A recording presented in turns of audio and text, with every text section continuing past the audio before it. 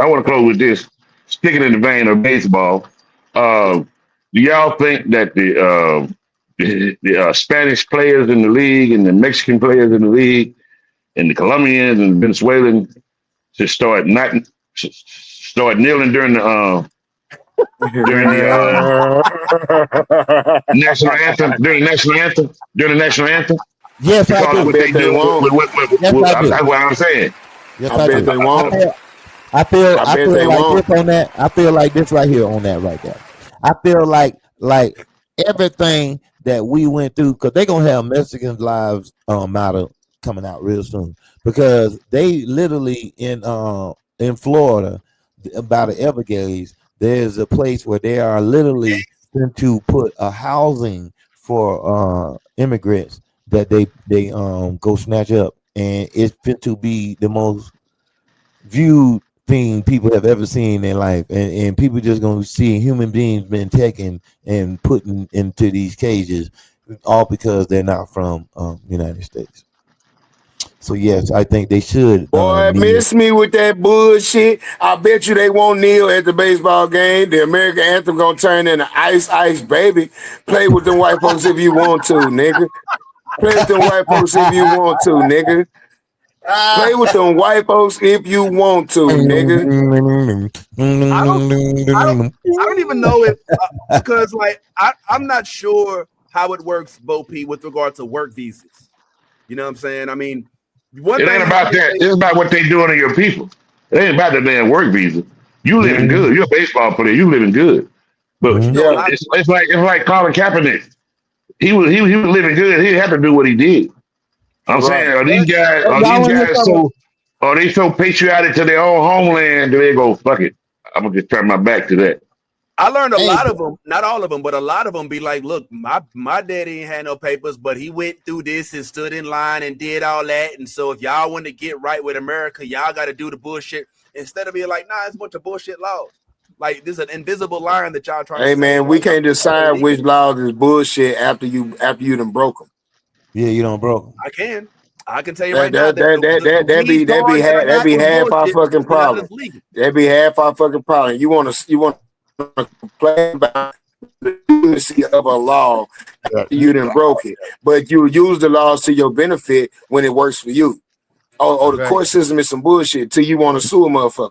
It's fuck the police until some crime happened in your neighborhood. Then all of a sudden now you dialing 911.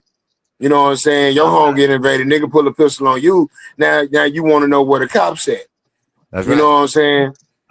Somebody in your hood gets shot. Now the violence is senseless. Now the robberies don't make no sense when you getting jacked up at the motherfucking ATM. But until then, the police need to mind their motherfucking business, and it's fuck the police. Niggas need to pick and choose. Pick a side and stay there. Pick a side and stay there. However, you can't say to me, okay, listen, you can come to the border and we will give you a year worth of asylum as long as you register here. But within that year, we might pick you up and say you're illegal. If you've already told me that I'm good for a year with asylum. Like, that's what I'm saying. Like, there are bullshit immigration laws that literally exist. So, I just say that, and guess what? And guess what? You could have stayed where you was at. No, because a lot of them can't. A lot of them can't because of the what cartel. The fuck you mean? Okay, so get and niggas die every day. The fuck that mean? Niggas die every day over here. What I'm saying is they want to leave. We can't pick up and go where the fuck we want to when we want to. What I'm saying hold on, because there are laws that say you can. There are laws that say you fucking can't. But you don't have people. Hold on. Just like when that black woman went over to the Middle East and got into it with them people, started raising her fucking voice and shit with them people and shit, and they locked their ass up. And everybody talking about. That's a terrible example. I'm gonna make the example make sense. So just like from Dubai. No, just when the sister went to Dubai and got into the disagreement and shit over I think it was a car accident or something like that. Got to raising her voice, unaware of the motherfucking laws, got her ass locked up. Like brother Ellis right now that was playing ball in the Middle East got caught with some edibles and a death penalty over there in the country that they have him in right now.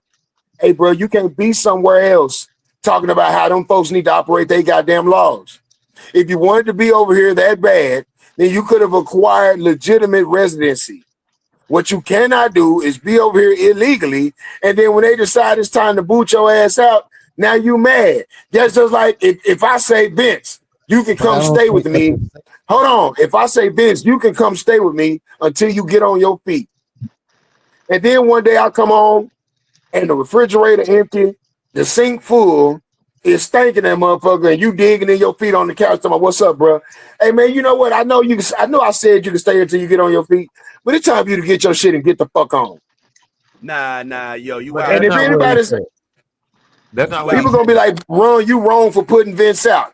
And then there's a couple of people that's gonna be like, well, Vince, you do know that nigga was letting you stay there out of the kindness of his heart, and the kindness ran out. And if you wanted to legitimately stay there, you could have been putting something on the bills. You could have been paying to legitimately become a fucking full-fledged member there. Which is what a lot of the immigrants are doing with their tax dollars, which is what a lot of the immigrants are actually doing. You're not doing that with your tax dollars. You do it by going down to the naturalization office and applying for motherfucking... A lot of immigrants don't have social security numbers, but they have them that start with 9, which means that they're taxpayers. They don't even get tax refunds, but they work. They get W-2s. They get 1099s. And all that is just because that's your income. That has nothing to do with becoming a citizen.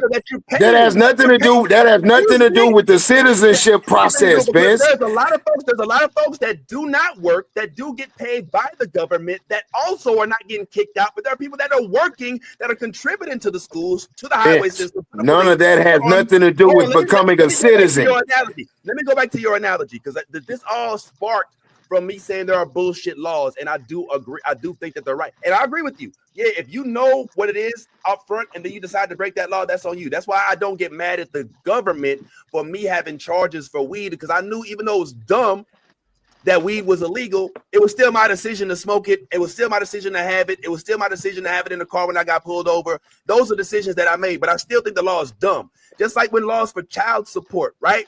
Like if you have a baby and you're working, but a woman is just mad at you and decides, you know what, I'm going to make you susceptible to the government, just because I'm not necessarily getting what I feel I should be getting, even though I'm paying you well over what the government's going to ask me for, just like they did with 50 Cent, then yes, there are some bullshit laws. So it doesn't mean that it's not a valid point that, yes, you made this decision, but it doesn't necessarily mean that the laws that are on the books are always the best and most beneficial. And I agree with you.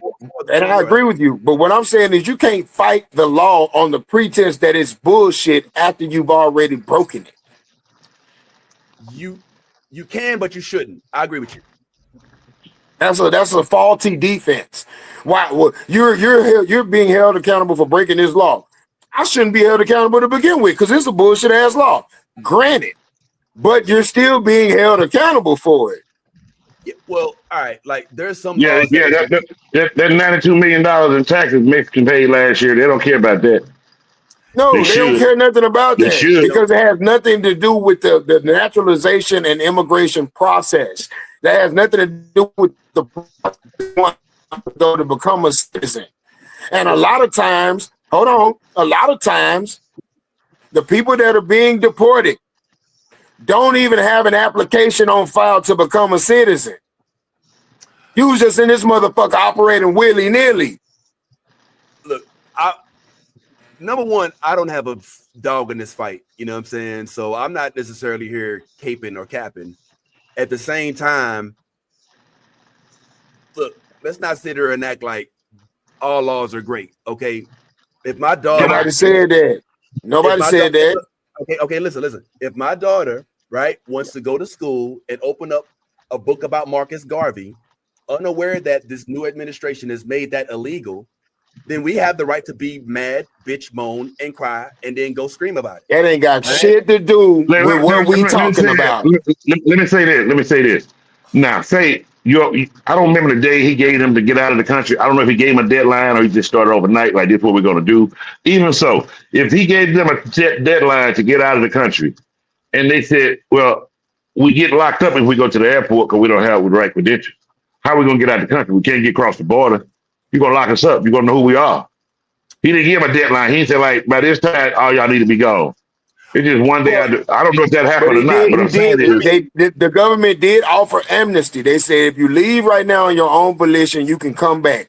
But if we catch you, we're gonna put you in the you can't come back on the you can't come back list. yeah. And people are just taking that risk. Like, all Now, right, well, you catch me. now let me ask you this. Let me ask you this: are they picking people by names that they have a list of, or are they just going around picking up groups of people when they see them? They taking They just going everybody around and rounding niggas everybody. up, dog. If And you so, make a phone Show they your doing call, it like slave that. papers. If they doing it like that, then some of them not. They don't have lawyers. They're gonna be in there forever. no, Well, they to gonna come Ron's back. point, They're not coming back. to Ron's point, and I'm not trying to side with Ron because I disagree with the fact that the laws are what they are and it's just how the way it is.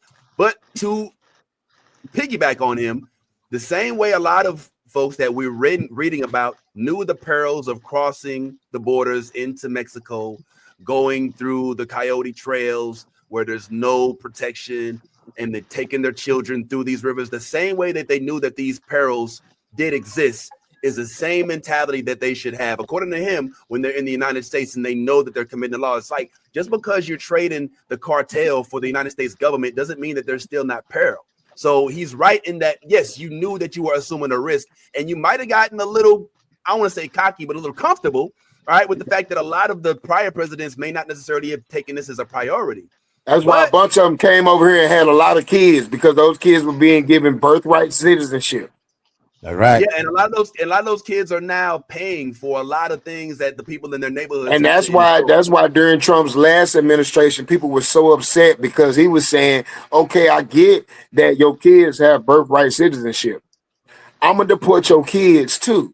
I'm not gonna break up families. I'm not gonna break up the families. He was No, that's what he was saying. That's what he was saying. I don't want to break up the families, but if I'm sending the mama and daddy back to their country of origin because they don't have paperwork, hold on. If I'm sending the mama and daddy back, I'm gonna send the kids back too. And people are like, no, you can't do that because these babies have citizenship. And that's why all those kids were in those detention centers with them fucking aluminum blankets on, looking like baked potatoes on the news. But that's kind of because all those kids were being held. But those kids could go with their parents. Like no, they could. But anyway, you know what? This has gone left. But it's not the government's fault. It's not the government's fault, because if you've been here long enough to have a child in elementary school, you've been here long enough to fill out paperwork to become a fucking citizen. But he was getting rid of those too. He getting rid of those too. If you got citizenship, he still wants you gone. No, he not. See what happens. You can't get rid of somebody who has citizenship, Solo.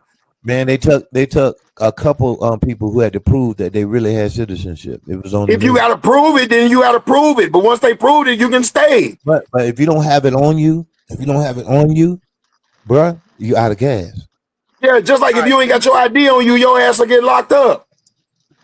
But some of them have IDs. Is everybody on this screen is good though, right? We ain't got. I mean, we all got passports, papers, everything like that. We ain't got to worry about nothing like that, right? We good. Amen. We Gucci.